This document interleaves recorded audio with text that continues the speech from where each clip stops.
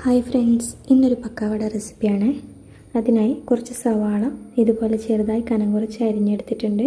കുറച്ച് പച്ചമുളക്, 2-3 പച്ചമുളകും, അതുപോലെ ഒരു ചെറിയ കഷ്ണം ഇഞ്ചി ചെറുതായി അരിഞ്ഞതും, പിന്നെ കുറച്ച് കറിവേപ്പിലയുണ്ട്. സവാള ഇതുപോലെ ഒരു പാത്രത്തിലേക്ക് ഇട്ട് അതിലേക്ക് അരിഞ്ഞു വെച്ച പച്ചമുളക്, കറിവേപ്പില, ഇഞ്ചി എന്നിവയും ചേർത്ത് കുറച്ച് ഉപ്പും ചേർത്ത് നന്നായി ഞരടിയെടുക്കണം.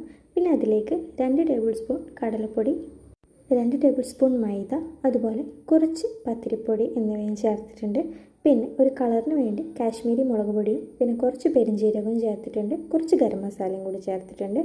ഇനി കുറച്ച് വെള്ളം ഒഴിച്ച് ഇത് നന്നായി ഇതുപോലെ ഞെരടി എടുക്കണം.